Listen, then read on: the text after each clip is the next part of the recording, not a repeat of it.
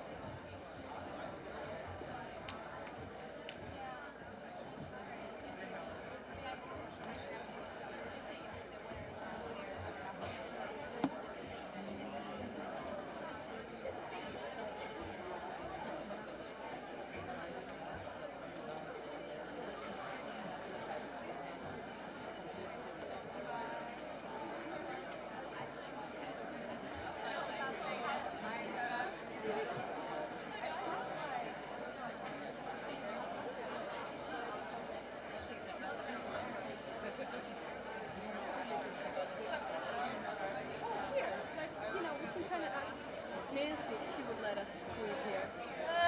No. All three of you? No, but one.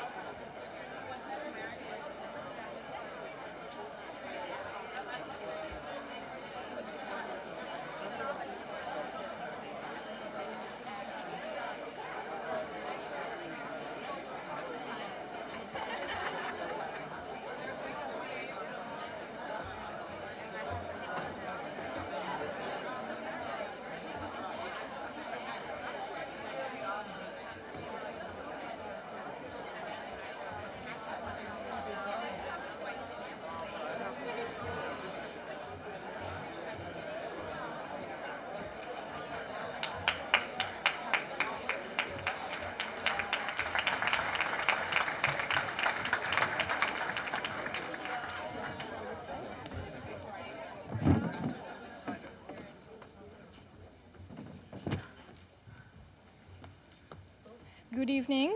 My name is Parsa Sajid, and I am a student at the Kennedy School, and it is my pleasure to welcome you and our distinguished panelists to the John F. Kennedy Jr. Forum. I want to take this moment to acknowledge the many student groups who are co-sponsoring tonight's event, with a special thanks to the Institute of Politics. Tonight's discussion is a crucial one, but we will do ourselves great disservice if we view the recent events surrounding the publication of the Prophet Muhammad cartoons only through the simplistic lens of Islam versus the West, or more commonly, and in my opinion, tragically, known as "Why do they hate us?" Instead, I hope our conversation focuses on the larger issues at stake, namely the value and complexities of free expression of ideas, the moral responsibilities associated with free speech. This event is particularly timely considering the recent news surrounding David Irving in Austria, who has been sentenced to prison for hate speech. The question in my mind then becomes, is the denial of history far worse than offending the faith of 1.5 billion people today? And now, with great pleasure, I introduce you our moderator this evening, Professor Joseph Nye, former Dean of the Kennedy School. Professor Nye is the University Distinguished Service Professor and has served in the government as Assistant Secretary of Defense for International Security Affairs and Chair of the National Intelligence Council, among others. We are delighted to have him here with us. Let me end by thanking Farah Musani and Fatina Abdrabo, also KSG students, who have tirelessly worked with me to bring this panel to you here. Thank you.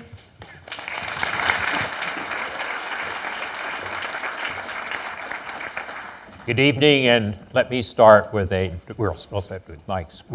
Let me start with a thank to the students who initiated this. It's a good sign of what the KSG does well, and I congratulate you for doing it. We have a difficult topic tonight, one that has raised a lot of heat. We're hoping that we can perhaps put a little light on instead of heat. And we have a particularly interesting panel to discuss this. Let me quickly introduce them and then say a word or two about the topic, and then we're going to do it in a conversational style. It's not an evening for speeches. After we've had a conversation among ourselves for a bit, then we'll turn it open to the audience with our traditional pattern of going to the microphones and asking brief questions. Let me start with Jocelyn Cesare, who was ahead of the game, so to speak, in the sense that in the 1980s, her PhD dissertation was pioneering work on the condition of Muslims as a religious minority in France. And she went on to create a network on the comparative research of Muslims in Europe. In 1998, she came to Harvard Center for Middle Eastern Studies as a Fulbright scholar and has been a research associate at the center since that time, directing the center's Islam and the West program. And she's author of When Islam and Democracy Meet, Muslims in Europe and the US. To my immediate left is Shahab Ahmed, who from 1998 to 2000 was an assistant professor of classical Arabic literature at the American University in Cairo. Previously, he was here at Harvard as a junior fellow in the Harvard Societies of Fellows, which is a particularly elevated position. In 2005, he joined Harvard as an assistant professor of Islamic Studies with a joint appointment in the Committee on the Study of Religion in the Department of Near Eastern Language and Civilization. Currently completing a book on the problem of the satanic verses and the formation of Islamic orthodoxy. At the far end, I don't know whether I'll call it left or right, depends on your point of view, our next panelist, Fred Schauer, is the Frank Stanton Professor of the First Amendment here at the Kennedy School. He focuses on constitutional law, freedom of speech and press, international legal developments, and philosophical dimensions of law. He's a former academic dean of the Kennedy School, where essentially he was not only my right-hand man, my essential support. He ran the school, in effect. And he is an author of numerous books, including Free Speech, A Philosophical Inquiry. And then next to Fred, one in from that left or right wing, whichever it is Father Brian Hare, who is the Parker Gilbert Montgomery Professor of Religion and Public Life at the Kennedy School. Also, at the same time, President of Catholic Charities in the Archdiocese of Boston. Brian is a man who cannot hold down one job. He insists on having at least 2 or 3 at the same time for all the times that I've known him. His research and writing focuses on ethics and foreign policy and the role of religion in the world of politics and society. He has served on the faculty at Georgetown University and also as the dean of the Harvard Divinity School, and we were just delighted when we could lure him back here to the Kennedy School. So those are our panelists, as you'll see, eminently qualified to deal with this discussion. I thought I might start, though, by reading to you an email I got from a Kennedy School graduate of last year, a person who has gone back to her country in the Middle East where there is no freedom of speech, or freedom of religion, for that matter. And she's quite a remarkable person. She found out about this through the internet, that this forum was going to be held, and she wrote me as follows. I got to know about the cartoons from a good friend, a Danish Kennedy School classmate, when it was printed back in September. It didn't raise any noise here at the time, but this time, when it was printed and reprinted again and again, I couldn't help thinking that fundamentalism is rising all over the world. It's not only in my country. I do have my concerns with the concept of freedom of speech. While I do believe in that concept, and needless to say, I crave for it here, when the cartoons were printed, I was deeply scared. I wondered, when do we cross the borders and violate the respect in order to keep that freedom? And when do we need to rethink about the dimensions of that freedom in order to diminish fundamentalism? With issues like this, the hardliners become more aggressive at this part of the world, and their anger not only focuses on the West, but also on those of us who want to bring reform in our own country. We get associated with this act, get labels, and could be assassinated in so many different ways. I thought that comment by somebody who would have been your fellow student here last year might be a good way to introduce the complexity of this particular topic. I also thought it might be useful, lest we engage in stereotypes, to say a word, or at least to quote the words, of Fleming Rose, who is the Danish editor who published the cartoons. And Rose published in the Washington Post last Sunday his explanation why I published those cartoons. And what he said is, I agree that the freedom to publish things doesn't mean you publish everything. Jyllands-Posten would not publish pornographic images or graphic details of dead bodies. Swear words rarely make it into our pages, so we are not fundamentalists in our support for freedom of expression. But the cartoon story is different. Those examples have to do with exercising restraints because of ethical standards and taste, call it editing. By contrast, I commissioned the cartoons in response to several incidents of self-censorship in Europe, caused by widening fears and feelings of intimidation in dealing with the issues related to Islam. And I still believe that this is a topic that we Europeans must confront, challenging moderate Muslims to speak out and say what they believe about this topic. The idea wasn't to provoke gratuitously, and we certainly didn't intend to trigger violent demonstrations throughout the Muslim world. Our goal was simply to push back self-imposed limits on expression that seemed to be closing in tighter. So there you have the perspective of somebody in the Middle East who is feeling the brunt of this, and the perspective of somebody who was responsible for publishing the cartoons. And I think that's probably a good way to frame the nature of the issue we're facing tonight. But I guess the question that I might ask a few questions and try to get people involved in this, but one to start perhaps with Jocelyn, to what extent are we seeing the reaction to the cartoons and the insensitivity of the cartoons per se, and to what extent is what we're seeing a broader reaction to perceived injustices against the Muslim world? I think your mic should be on. Yeah. I think that there are different layers, levels of responses to this question. there is indeed a high level of frustration and humiliation when it comes to the representation of Islam in the West. And this level of frustration and humiliation among Muslims is shared everywhere. And one point is, why did it start in Europe? Because Europe is one of these very hot places right now where there is a direct confrontation between Muslims and Westerners. And the reaction of European Muslims, Danish Muslims first, then European Muslims to the cartoons has to be put in a broader framework of long series of tension, crisis between Muslims and Western societies, journalists, intellectuals, politicians. You can't understand this tension, and also the fact that the cartoons have been published in Europe with, I think, a deliberate willingness to make this a point in the relationship between Muslims and non-Muslims. If you don't get the picture of this long history of illegitimacy of Islam as part of the process of integration of immigrants Muslim in most of Europe. And you have to go back, you know, the term Islamophobia. What does it mean? It was not coined for this particular event. It was coined at the end of the 90s.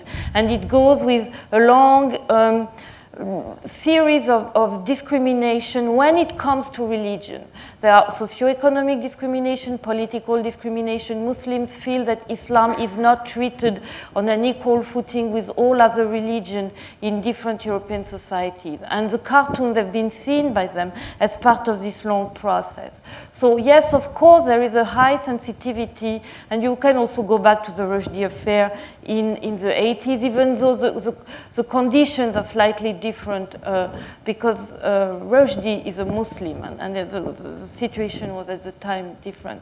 But even though the fact that Muslims can react in a very secular environment where people, most of the citizens in Europe don't build mobilization on the basis of religion today, unlike America.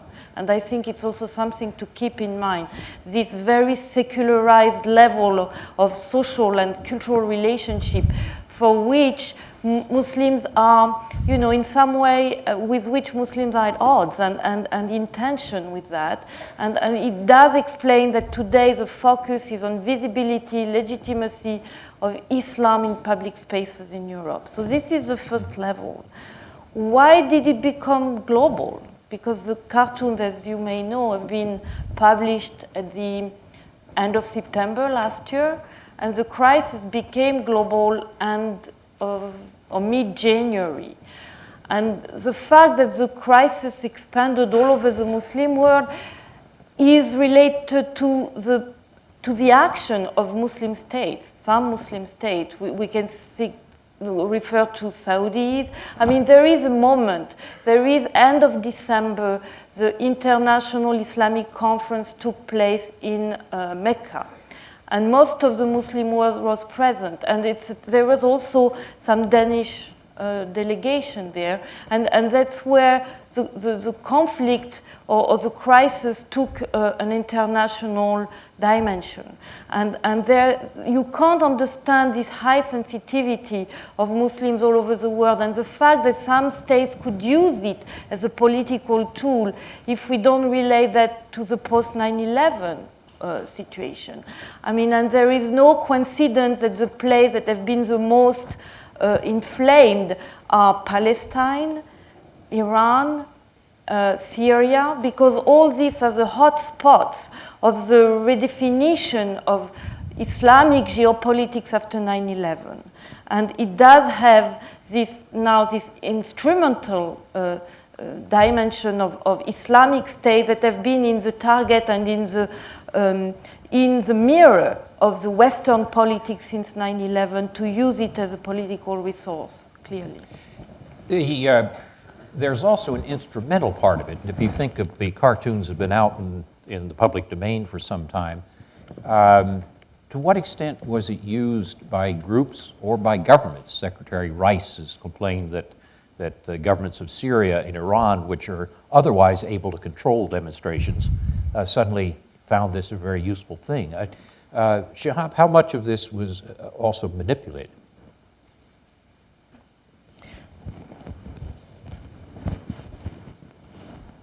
I'm not sure that's the best question to ask at this stage. I know it's one of the questions that was. I think that in order to answer it, there's a certain degree of context or background that perhaps needs to be laid out, and I fear that in the course of laying it out, I'll be saying absolutely nothing new. In fact, just about everything that I'm going to say has been said before and has been said often. Whether or not it's been heard is another matter. I think one can't begin to understand this whole incident and the events as they've unraveled without first taking into consideration the larger schematic context in which they've taken place, which is that of the international relations of power. Both, first of all, or relations of power at large. In the first instance, in the immediate context where these events took place, which is in the context of Muslim immigration into Northern Europe, in the second instance, in the context to which Jocelyn has alluded, which is that of the international system in which the actors are states. And I would just like to emphasize that I'm distinguishing here between the international system and the international community. These are two distinct things, and there is a tendency to use the latter as a euphemism for the former. And in the third instance, in the context of Muslim societies themselves, where the relations of power that obtain between citizenry and the state is one, broadly speaking, in many, many places, of considerable disenfranchisement where Muslims don't feel represented by the states, by the governments that govern them. In the international context, it is obviously one of an unequal distribution of power in the international system, and in the European context, it is that of an uneven distribution of power between immigrant populations who feel themselves very much as outsiders, who are made to feel like outsiders, as people who have, in a sense, nothing to contribute, who are made to feel that they have nothing to contribute to Europe beyond their labor, and whose cultural baggage is regarded as inherently suspect, certainly suspect to the extent to which it is viewed as impinging upon the imagined European cultural body. That is to say that restaurants are okay, mosques are a bit dodgy, and headscarves are a very bad thing. Now, with that context in place,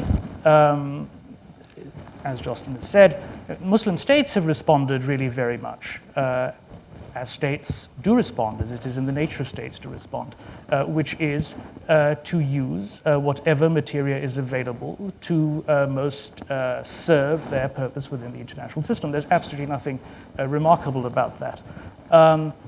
The reaction, though, of the Muslim populations at large, I think, is a really much more important one.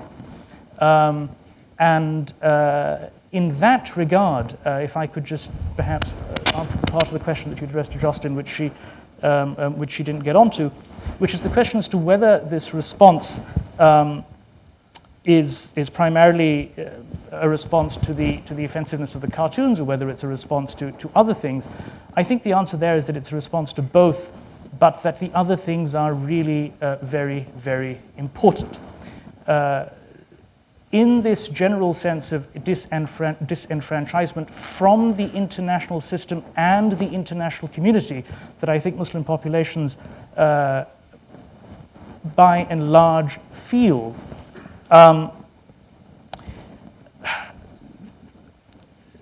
there are, the grievances that Muslims feel, these are all the usual suspects. Right? So Muslims, for example, the Muslim experience of the international community, international system is indissoluble from that of the situation in Israel-Palestine, which Muslims experience pretty much daily as one of illegal occupation, dispossession, brutalization, exile, and the war in Iraq, with the subsequent civilian casualties on a scale that Muslims have experienced through the international media in a way that Westerners have not. And all of this, all of this is one thing, but where international power relations factor in is the overwhelming feeling within the Muslim world that nothing can be done about it, that there is no agency, and that there are no channels through which anything can be done. And therefore, when something like this arises, the grievance is exacerbated. It in a sense, feeds into all the grievances that already exist, and therefore the reactions that express the degree of frustration and alienation that have been exhibited take place. That done, I should just very quickly at the end add, of course, that the proportion of Muslims offended by these cartoons to the proportion of Muslims who've reacted violently to them is, I'm not a very good mathematician, but I think it's probably in the region of 10 million to 1. Fred, let me ask you about Europe and laws regarding free speech. Olivier Roy, the famous French expert on Islam, wrote recently, more and more European countries have passed laws banning homophobia or protecting minorities from degrading insult. Would cartoons mocking dwarfs or blind people be published in respectable European newspapers? No. Why then the social acceptance for mocking Muslims, which sometimes verges on racism?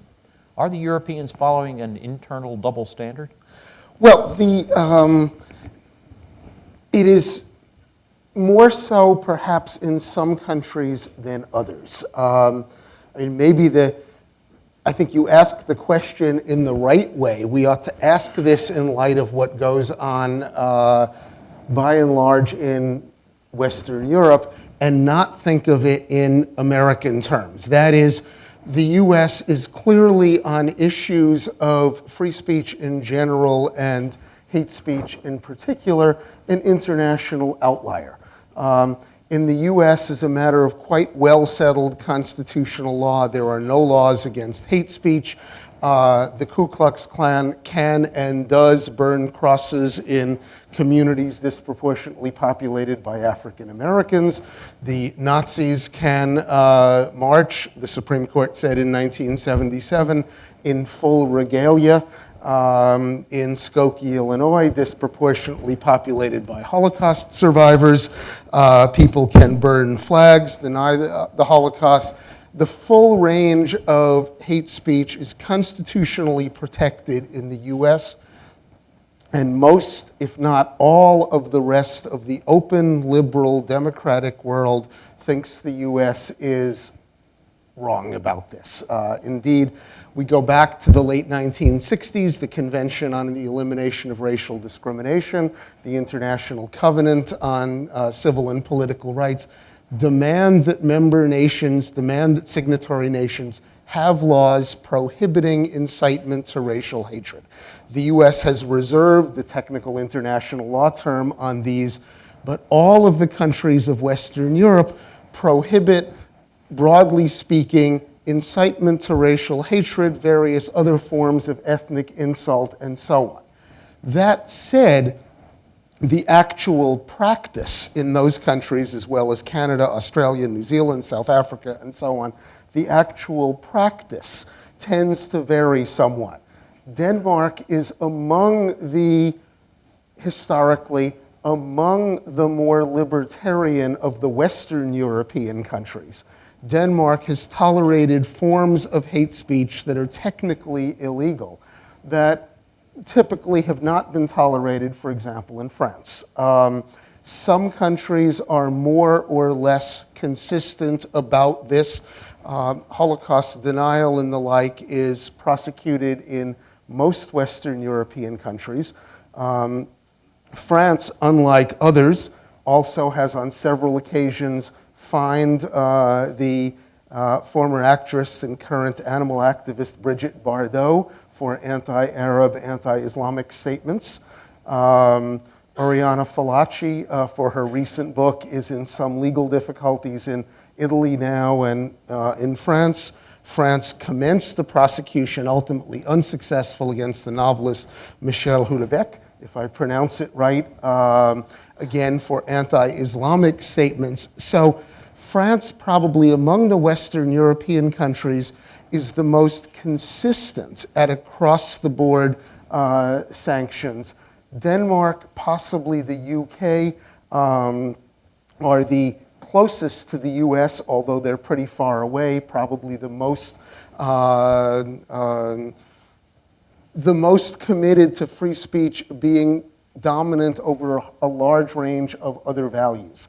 And then there are countries, as you mentioned and was mentioned in the introduction, that may take some forms of hate speech more seriously than others. That may be the real issue. That may not be an issue as much in France, where there is across-the-board prosecution. That's a little bit of an exaggeration. And in the US, where there's across-the-board permission. In the countries that lie in between, whether some things will be prosecuted and not others, presents a genuinely important issue of just the kind you mentioned. Brian, you teach on ethics and foreign policy. What are our ethical obligations here? Now thinking of America, where we do have a strong free speech tradition, one of the things that's most interesting is that the American press has more or less followed a policy of self-censorship. As Robert Wright pointed out in the New York Times recently, the tradition of self-censorship is long-standing, that we're not quite as absolutist about free speech as we sometimes sound, and that in this case, we seem to find the major journals or newspapers having refused to print the cartoons. On the other hand, there's some, such as the Weekly Standard and others, who've said, "Thou shalt publish," in the name of free speech. But going back to that initial comment from the Kennedy School graduate in a Middle Eastern country, feeling, how do you balance the right of free speech and the consequences for foreign policy? Well, I want to start with the foreign policy piece, because that sets the context, I think, for then thinking through the ethics of it, and maybe even beyond the ethics of it, simply the wisdom of this. I mean, I think one of the problems you have at the present time that this event illustrates is that in a world of almost 200 sovereign states, one of the ways we've tried to manage that is to distinguish between the internal life of countries and their interaction with one another. And to some degree, a recognition that you have to allow for a pluralism of internal polity, internal culture, internal style, so that you can take a principle like the freedom of the press or freedom of speech and still recognize that each culture will shape it somewhat differently, and that that's coherently possible to defend the proposition and then to design it differently, and Fred has outlined that for us. It seems to me that's one thing that we've relied on a long time in international relations, is space for countries to have their own identity within limits. Obviously, human rights law challenges that at a certain point. You don't allow everything to go on inside countries without challenge, but there's still need of that. Secondly, then there's the system, how states relate externally, and that tends to be, tended to be for a long time about war and peace and politics and war. What runs through the third level, Joe, you've written on it, is the transnationality of this. Whether the transnationality in this instance particularly is the communicability of ideas instantaneously across these internal differentiated countries. So the problem one has here, it seems to me, is that, first of all, how freedom of the press is interpreted, and then how that is translated immediately into other contexts where it isn't interpreted the same way. Come to the ethics of it. To be honest, I'll be very Thomistic on my ethics of this. I understand that in some settings, if you talk about prudence, people think you're not talking about ethics. They think you're talking about worldly wisdom or cynical wisdom. But I come from a tradition where prudence is the governing virtue of the moral life.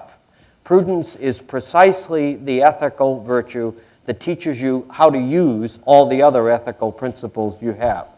And rather than talk about self-censorship as the only way to explain what's going on here, I think I would argue that there is an exercise of prudence, which is different than self-censorship. Self-censorship sounds craven.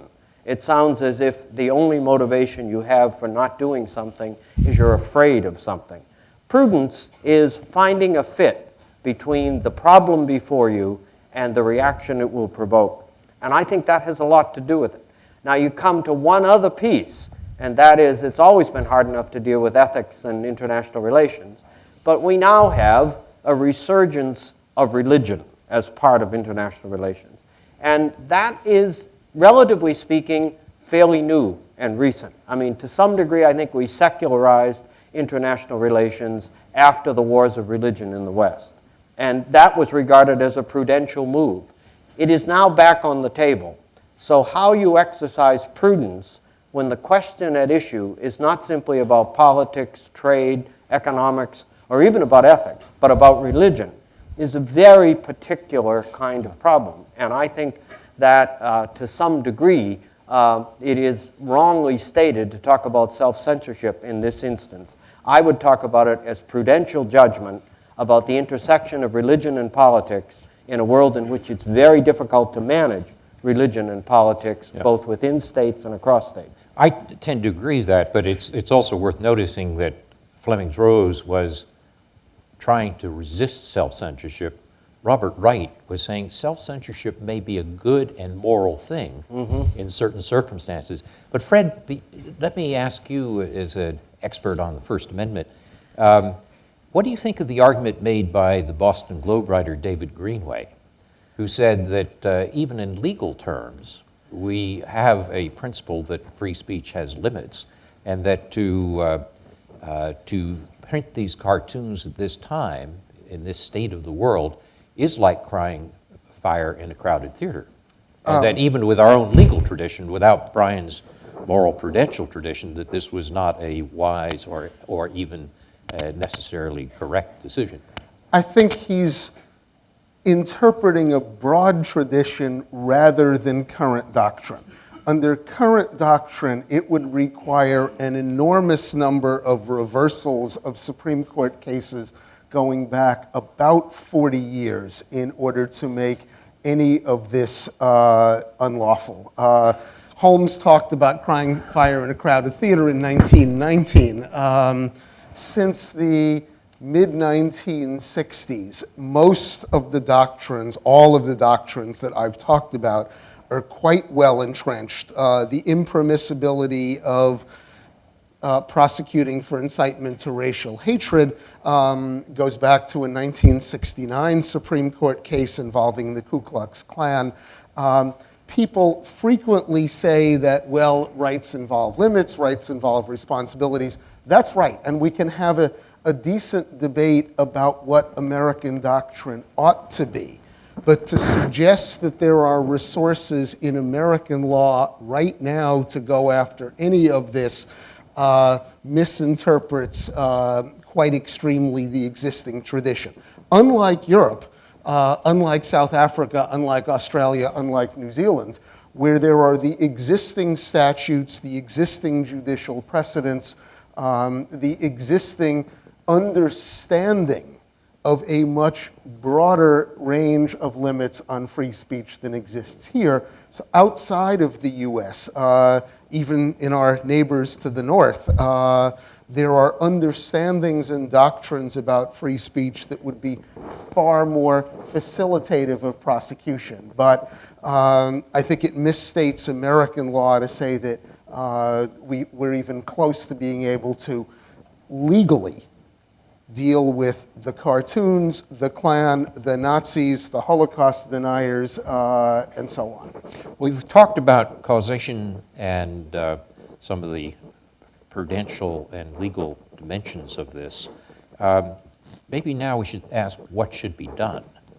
And Jocelyn, maybe I could return to you and ask, what can the West do to diffuse this controversy? And what can Arab leaders do, or Muslim leaders more broadly, do to diffuse this controversy? I think that the major thing to do on both sides would be to avoid vast generalization. And I mean that for me, the crisis is not so much on freedom of speech and the difference of legal approach to that or defense of religious conviction. It's about some mutual perception that are wrong. I mean, and there are different historical, political reasons for this accumulation of wrong perceptions on both sides. But what struck me here is really the confrontation of this vast generalization on both sides. On the Western side, and I would say more on the European side than the American side, there is this vision that definitively Islam is not compatible with the major political and cultural values of Western democracies. And I would put here, and I would not, I mean, you are very indulgent to France. I mean, I think that there are very violent today posture discourses on Islam in France, in Germany, in Denmark. And, you know, these trial suits you mentioned, they were not so successful. People were not convicted at the end. So you can more or less freely attack and insult Islam on a complete free way. And I think that this is something that goes with the idea that Islam is dangerous, that Islam is part of a huge international conspiracy, and that it's attacking Europeans. And I think maybe here there is a post-9/11 feeling of fear and vulnerability. But for European and especially non-Muslims, this feeling has been, you know, long-standing even before 9/11, and it's part now after the Madrid bombing, the July bombing in England. It's part of a continuous fear. If these people are Muslims and if they express their belonging to Islam, it means that we are in danger. In a way that even after 9/11, this is not phrased the same in this country. So I think that here we are facing this generalization. On the opposite side, there is also a very generalized approach to the West among some Muslim segments, some Muslim politicians, some Muslim leaders that use it in a very deliberate purpose to put everybody as a big Satan, you know, from Europe that is now at the forefront of the tension with Iran on the nuclear threat, to the Palestinian question, to the change of politics in Syria and Lebanon today. So there is this kind of vision that this political turmoil serves also the purpose of Western imperialism. And for some Muslim segments, this Western imperialism can be European. It's most of the time American now, but it doesn't, at the end, it doesn't matter. And I think that we have on both sides to find actors, agents that can change this vast generalization. Shahab, how about your answer to the same questions? What can the West do to diffuse this controversy, and what can Muslim leaders do to diffuse it? I think, first of all, it's important to bear in mind that the Muslim reactions, even the demonstrations, the reactions of states, the popular reactions, have meant quite different things in quite different places. They've been quite different things. They've had quite different meanings. So in terms of the state reactions, for example, Saudi Arabia withdrew its ambassador from Denmark. Yeah? And this is, in a sense, a gesture on the part of the Saudi state vis-a-vis its own citizens to demonstrate, or an attempt to demonstrate its legitimacy as a custodian, as a regime that is the custodian of the values of Islam, etc. And it is, of course, a gesture that costs them absolutely nothing. In terms of Syria, yeah, I mean, this is the Syrian reaction has been a typical reaction of a one-party state, which is to mobilize sections of its own population in a state demonstration of solidarity with the populace against enemies of the state. Yeah. In Pakistan, these demonstrations have been demonstrations against the state. There have been demonstrations against the state. This is a completely different reaction, and specifically against what in Pakistan is now known as the Mush and Bush alliance. So I think in the first instance, it's important to, to bear in mind that these reactions are really quite differentiated and mean quite different things. In terms of what can be done, I mean, in terms of as regards the issue at present, I think it is devoutly to be wished that people will eventually get tired of it. And I think people will eventually get tired of it. Now, they're not eventually going to get tired of it, obviously, if the cartoons are perpetually reprinted in journals everywhere, throughout Europe, so that fresh oil is poured on the flames. But even if the present issue is diffused by time, because I really don't see it being diffused by anything else, unless the fundamental structural issues that I spoke about earlier in terms of relations of power, in terms of what it is that this incident served to confirm in the minds of Muslims, which is, first of all, that the West acts consistently in bad faith vis-a-vis Muslims, and secondly, that there is an international double standard. I think the timing of David Irving's imprisonment is a singularly unfortunate one in that regard. Until the larger context is addressed, I think that we're just waiting for another cartoon controversy in some other guise. Okay, well, we could go on with our discussions. There are many more issues to raise, but one of the great traditions of this forum is audience participation. There are 2 microphones at the floor, 2 on the balconies there. We'll now open it up for questions, and let me remind you that a question is short, ends with a question mark, and it comes 1 per customer. And so if you would go to the microphones and ask a brief question, and it's probably best if you were to identify which panel member you would like to answer the question. Let me say that anything that's longer than a brief question, anything which becomes a speech, as moderator, it's my job to intervene and cut you off.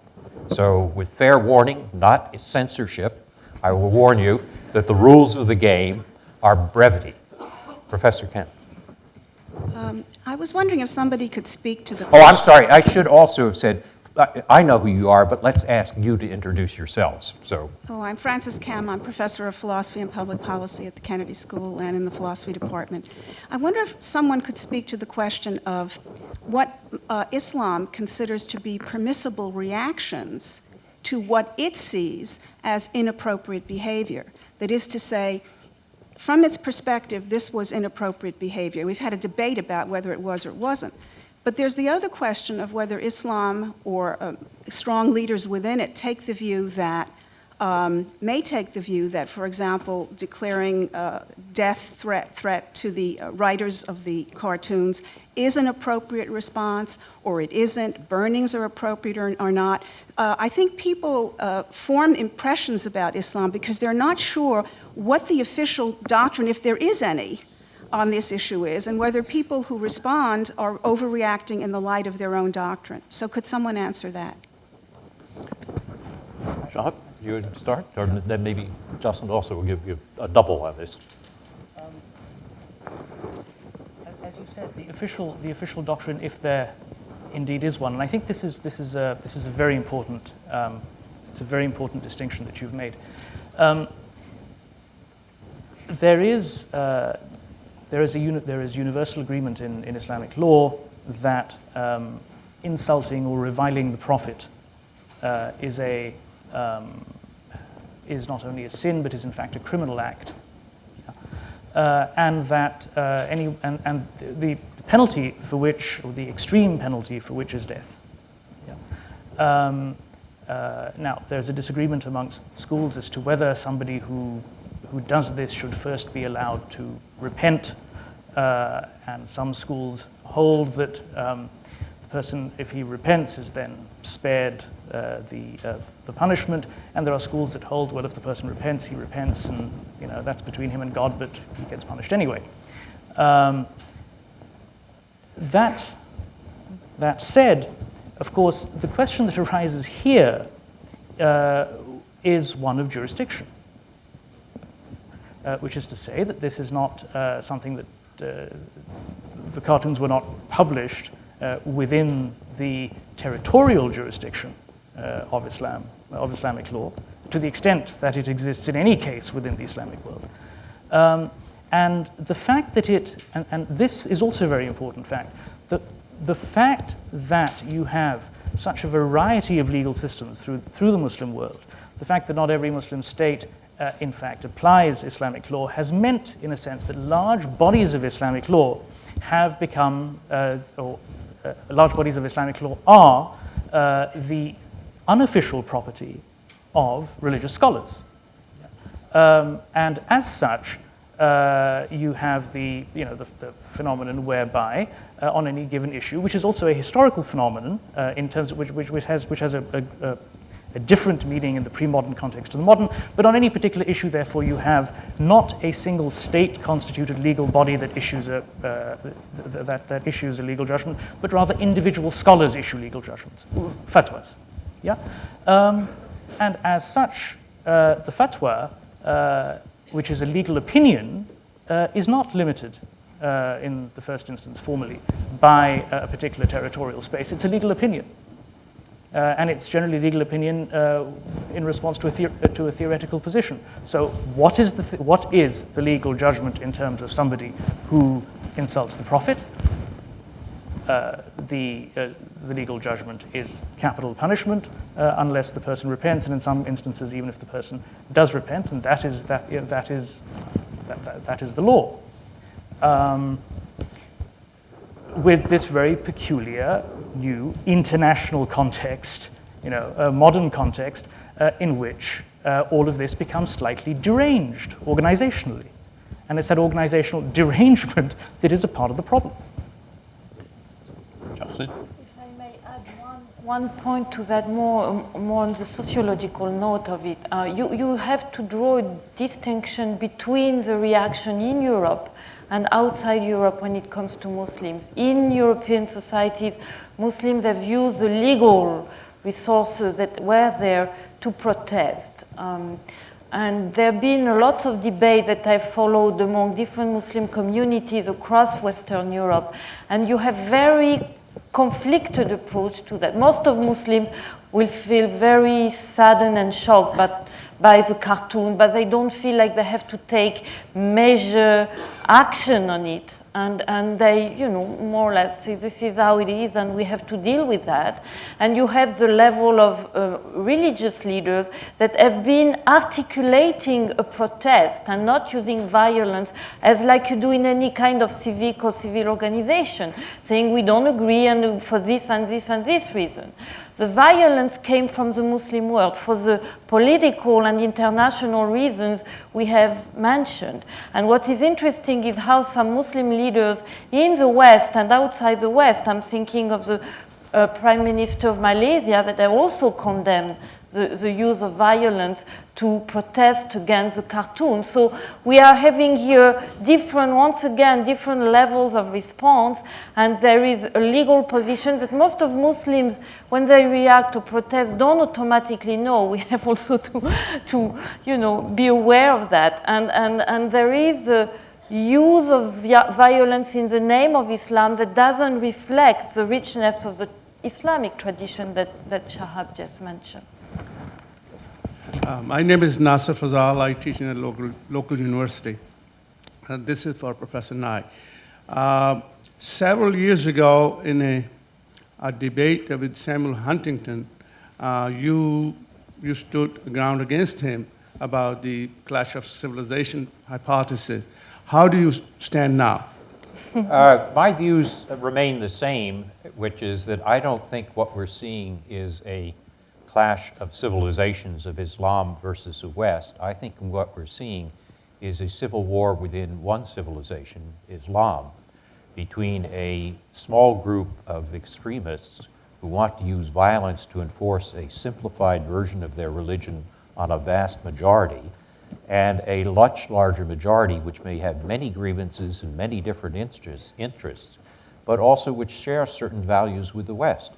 And I think that the irony is that there's nothing that bin Laden would like more than to have the view that it's a clash of civilizations, so that it essentially drives the moderates over to the extremists. And he would love to have the West react similarly, to overreact to these actions, to essentially make this a self-fulfilling prophecy. If that happens, it's a tragedy, because it need not happen. And I think that conceptualization of what's going on as a clash of civilizations does not explain the facts of the world very well. It's not where, if you look, where are the great violences of the last 10, 20 years, they're often within areas that are identified as civilizations. The Iran-Iraq War was within Islam, the invasion of Kuwait within Islam, and so forth. So I don't think it gives you a lot of leverage on understanding the factual situation, and I think it can also give you a great disservice in terms of how it will play out in understanding the current problem of extremists who are trying to use violence to impose a narrow version of their religion. That's my view. I can't offer Sam equal time, but I'm not sure that he would even see this current situation as a clash of civilizations. We're going around the ring, so the balcony is next. Sergei Budanov, student at Kennedy School, Russia. When Christianity was 13 centuries years old, it was very, as to my knowledge, it was very violent and aggressive religion. And you can imagine what would be the reaction of the same kind of action toward Christianity. Since then, Bible hasn't changed, but its interpretation changed, so the people are different. Now it's different. Why do we expect Muslim religion, which is now 13th century years old, to behave as if it were a 2,000 years old religion? Brian, tell us about 1300. Yeah, right. We'll wrap up 13 centuries here in a minute. I think there are two questions that are embodied here. One is how a religious tradition develops, grows, how ideas get shaped and reshaped. And for example, on the use of force, for example, if you go back in the Christian tradition to the 5th century, take someone like Augustine, Augustine lays out an argument that eventually becomes the basis for the so-called just war tradition, which sets moral limits on the use of force. Augustine also laid out a framework for the use of force for religious reasons. And as that framework developed, it developed into a conception that ultimately led to the Crusade. Eventually, that tradition was overcome. The just war tradition continues on to this day. So you get a tradition where you sort out ideas. Second kind of example of that would be the notion of religious freedom. Today, my own tradition affirms religious freedom as a basic human right that ought to be protected in every civil polity. That was not always held in the Catholic tradition. In the wider Christian tradition, there were differences, but in the Catholic tradition, it was not held because the emphasis was laid on the notion that given the fact that one believed there was, quote, one true church, it seemed immoral to allow other opinions to circulate in the society. So you had to come to terms over time with democracy, come to terms over time with a limited state. And that brings me to the second question. It isn't only how an internal tradition develops. I think it is the case that both with Christianity, particularly Catholicism and Islam, the problem you have is a transnational religion that cuts across and lives within a multiplicity of nation states. And how that accommodation occurs is always a challenge for both the religion and for the welcoming state.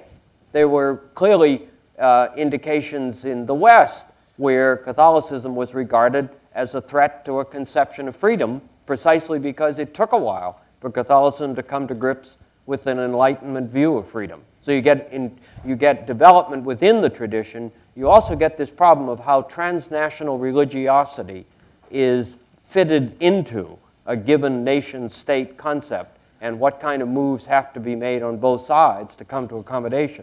That's where I think you can get differences between Europe and the United States today. But it takes some accommodation on both sides.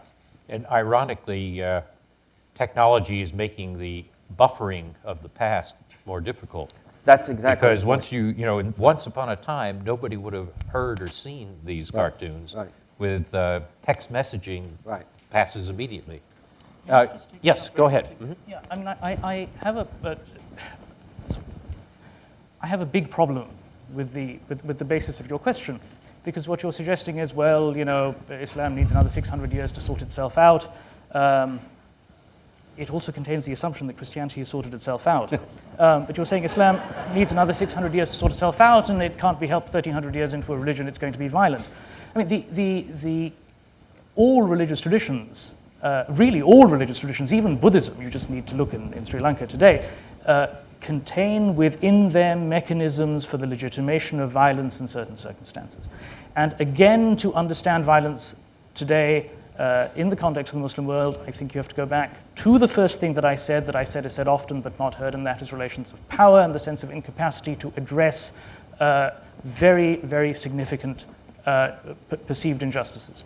And so the notion, I find it somewhat ironic that we're sitting in this wonderful university in a country that currently has the single largest military deployment on the planet.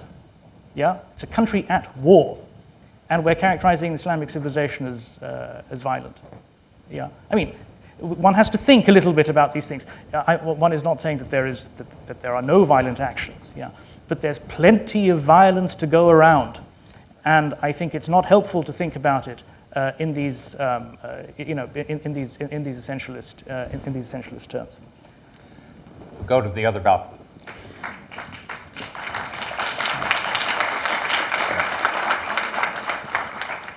My name is Zainab Qureshi, and I'm a visiting student from McGill University. I'm just here visiting Boston and Harvard over the weekend. I had a question about, we talked about reactions, and you talked about how it will be possible to diffuse the situation now. But in terms of even what gave rise to the situation that we see today and what could have possibly been done to avoid it, in terms of international relations and the reactions of states, and especially European countries, including Denmark and other European countries that printed the cartoon, do you think this reaction would have been slightly diminished or less severe, or maybe could have been avoided altogether, had there been some sort of a timely or some sort of a substantial apology, or even just a recognition of the fact that, yes, printing this was a mistake and it was infringing on somebody else's beliefs? Do you think that could have been plausible, and do you think that would have avoided such a severe reaction? It's a good question. Who would like to tackle it? Well, should the Danish Prime Minister or the Danish state have made more apology, the Danish Prime Minister is quoted as saying, "What have I to apologize for? I'm following the laws of my land." Yeah, if I just may try to, I think that the publication of the cartoons in French, German, Italian newspapers was clearly a provocation, I think. And once again, you have to put it in the particular climate of Europe today, concerned by the situation of Muslims and their so-called incapacity to be secular, or to accept the secular contract of Europe. And it was in some way, it's part of the conflictual public culture of lots of European countries when it comes to the question of religion, particularly, and not so much on political issues or respect of minority or races, but the question of religion is a very conflictual issue in most of European countries. And I think it was part of this confrontation thing. How much can you accept from us talking to Muslims in different settings? And honestly, this is my opinion, it was a provocation and strategically a political mistake. Fred? I mean, I think there I think it may be important to separate two different kinds of official reactions. One would be official apology, the other would be official condemnation. It would certainly be plausible to imagine that some head of state could say, I cannot apologize for what people do in the exercise of their rights in my country, but nevertheless, I can, in my official position, simultaneously condemn the act while protecting the legal right to engage in it. Certainly, American politicians with some frequency feel no compunction about condemning the Klan or condemning Holocaust deniers or condemning Nazis and the like. Whether criticism or condemnation uncoupled from apology would have done it, I don't know. That's an empirical question about which I have no expertise. But it is certainly plausible, and we see it all the time in most liberal democracies, for officials to criticize that which people have a legal right to do. Luc Roulet, I am a student here at the Kennedy School. So my question is for the whole panel. A word that has been frequently used by each of you, I believe, was the word transnational. So religions are transnational. Globalization, quickness of information is by essence transnational. We have the challenge by the OIC, the Organization of Islamic Conference at the UN, wanting to change the Human Rights Commission. Do you see what could be an adjustment in the global governance that could take into account these pretty new challenges that the world is grappling with? Brian, why don't you answer that? I'm not going to ask the whole panel to answer because we have several more questioners. I actually think this kind of thing is going to be very hard to deal with in terms of global governance. I mean, I think global governance may be able to deal with other aspects of globalization, the sort of hard material factors of trade relationships and monetary relationships, and even the sort of classical questions of trying to set limits on the use of force. But this is going to be about culture, it's going to be about ideas, it's going to be about religion. I think that's, again, going to have to be dealt with less by global governance than by other kinds of combination of virtue and political wisdom. That is to say, a recognition that what may be legal may not be wise. What may be possible may not be prudent.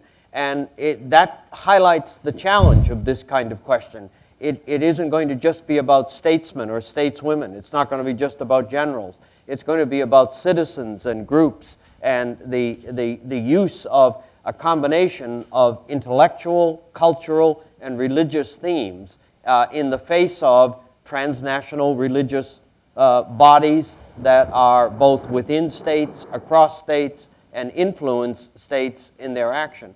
And I think that's much harder to deal with than some of the already difficult questions of global governance in an interdependent world. Yes. My name is Herbert Soot. I'm at the Mass General at the medical school. I would like to ask Professor Nye about his comment. As I heard it, it seemed as though almost the entire problem resided within the Muslim community. Now, my perception is that the West has given continuous series of abuses to the Muslims. I know that in my younger years and in the present time, I hear people make the most negative comments about Muslims. And I would just like to read a statement by Bill O'Reilly, who, as I am told, is the most popular speaker of these kinds of things in the United States. So it must imply that he has some resonance with the American people. And I'm sure that people outside the United States listen to him. Now, on June the 17th, 2004, he was discussing the Iraqi people. And this is a direct quote, "I don't have any respect, by and large, for the Iraqi people at all. I have no respect for them. I think that they are a prehistoric group. What we can do is to bomb the living daylights out of them. Now, this was stated on US TV, and it is around the world. And there's a whole series of things. But what's the question? The question is, am I interpreting you correctly that the problem that the Muslims have had vis-a-vis the West is an intrinsic Muslim problem and is not in any way responsive to the way in which they perceive they have been treated? Now, that is certainly not my view, and if I gave that impression, it's a misimpression. I think I've tried to introduce views both from a Muslim side and from the Danish side, because as moderator, I wanted to have both sides heard, but it is not my view that this is caused solely by Islam. As for Bill O'Reilly's views, they are popular among a segment of the American public that listens. Not a small one. Well, if you look at the listenership of Fox News, it's not that large. But in any case, it is not my view. In the balcony. Yes. My name is Richard, and I'm no one in particular.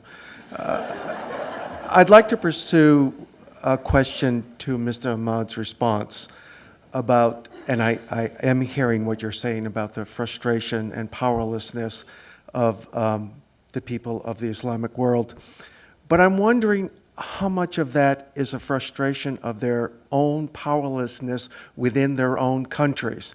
You stated, for instance, that the Saudi rulers allowed a demonstration against the cartoons, would not allow a demonstration of women for the right to drive. And I'm wondering really what percentage of this frustration, this boiling over, is us or them? And I hate to use that dichotomy, but I understand we're responsible for a lot of it, but not all of it. Could you respond to that? Sure. Actually, us and them is actually a helpful term in context of your question, because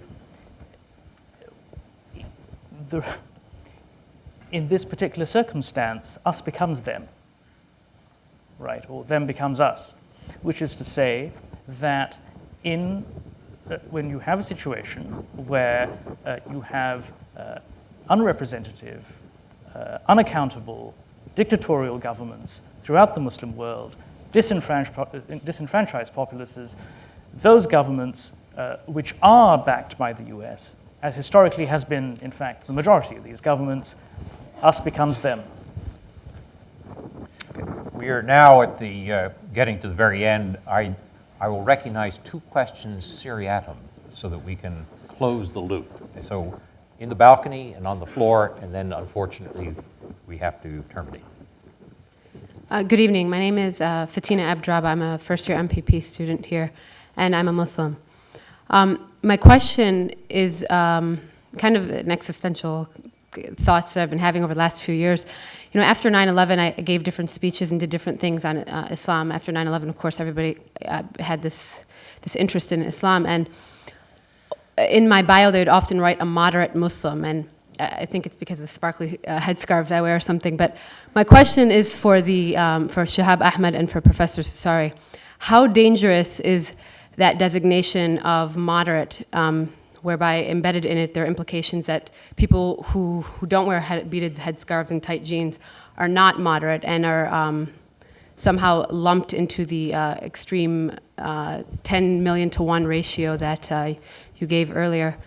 And how does that fit into the long overdue skewed dialectic that we continuously have on who Muslims are and this whole, in my opinion,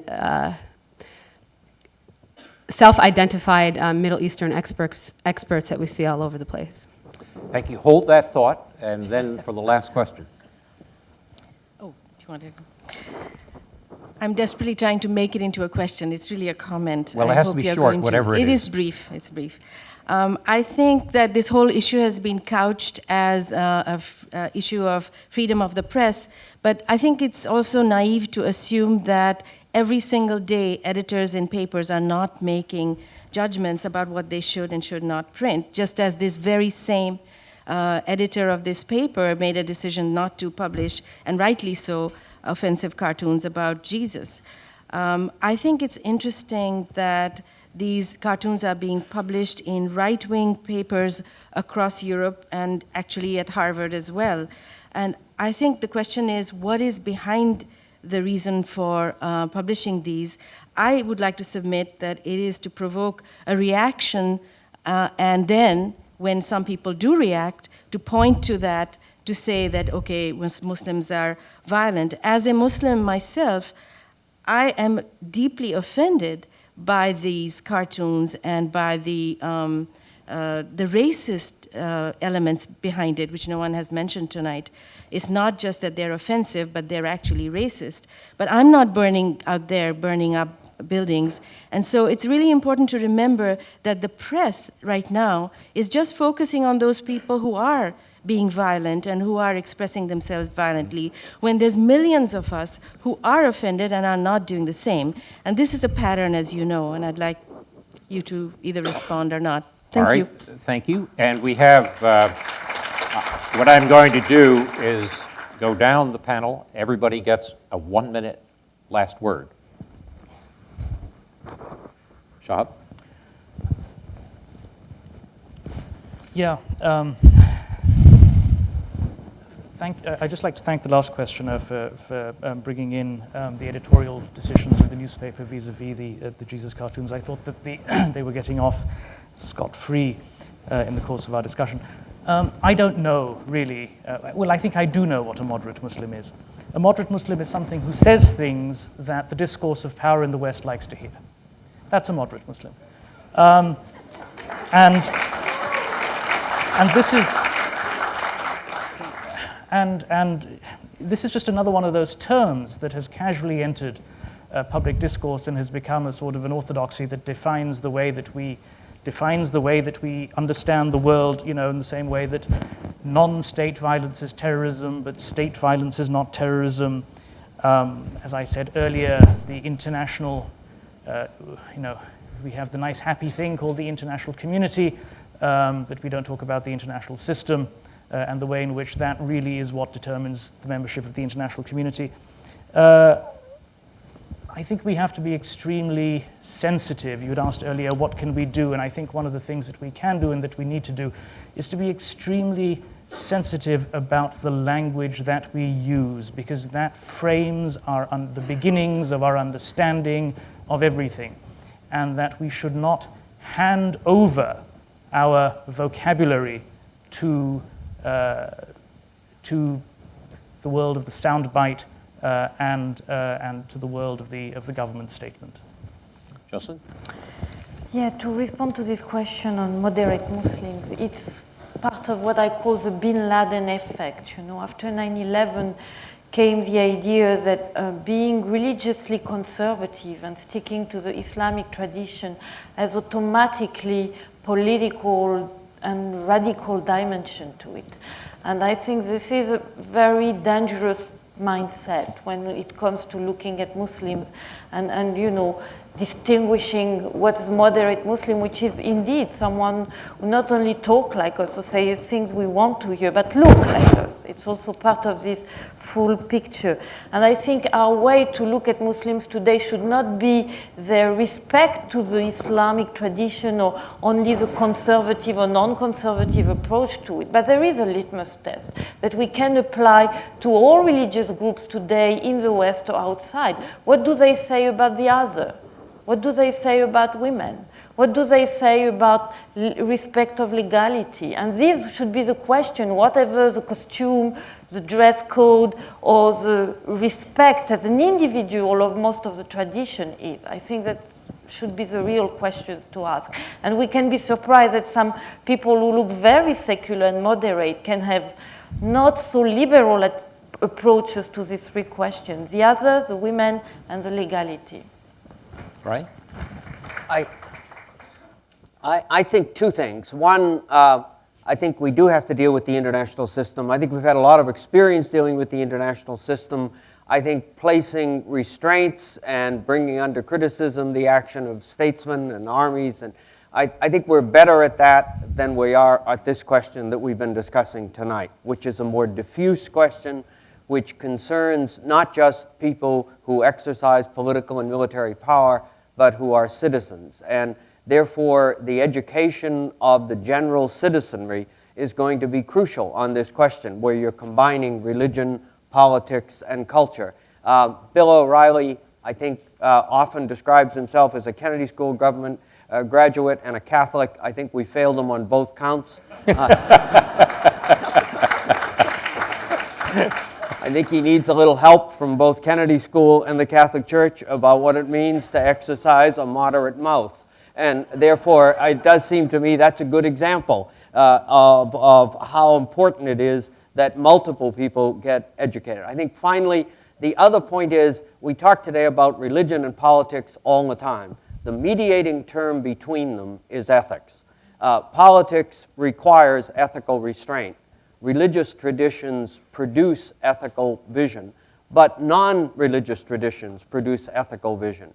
If ethics is the term around which we try to get some consensus about power, politics, and our concern for each other, we'll do a lot better than trying to bring religion and politics into head-on confrontation, no matter whether it's in the East or the West. Fred? I think in response to the last question, and I certainly, in terms of the sense in which the last question was directed at particular publications, I entirely agree. So then the question is, how should we think about the overwhelming number of newspapers, magazines, books, TV stations, and other forms of visual media that have not published the cartoons? It may not be 10 million to 1, but there have been far, far, far more publications that have not published them out of self-restraint than there have publications that have published them. And therefore, it may be that generalizations about the press are equally inapplicable here. We're talking about some number of press outlets, a very small number compared to the total number of them. Obviously, the press does all the time and should exercise a fair amount of self-restraint. At times, they may even do too much of it. But I think it would be interesting, and maybe it's a topic for an entirely different forum event, to get, rather than the 5 of us, 5 editors and publishers, and get them to promise, don't talk about the law. How do you decide what among legal things you will publish and what among legal things you will not publish out of sensitivity to the public or your readers? But let's not forget the huge number of publications that have not published the cartoons. Well, that will be good advice for Alex Jones and our Shorenstein Center here at the Kennedy School. We certainly have not solved this problem. We've only explored part of it. But in the tradition of Kennedy School forums, I hope you'll feel that we shed a little light on what otherwise has been a subject mostly of heat. In that case, if you feel that, please thank our panelists for doing so.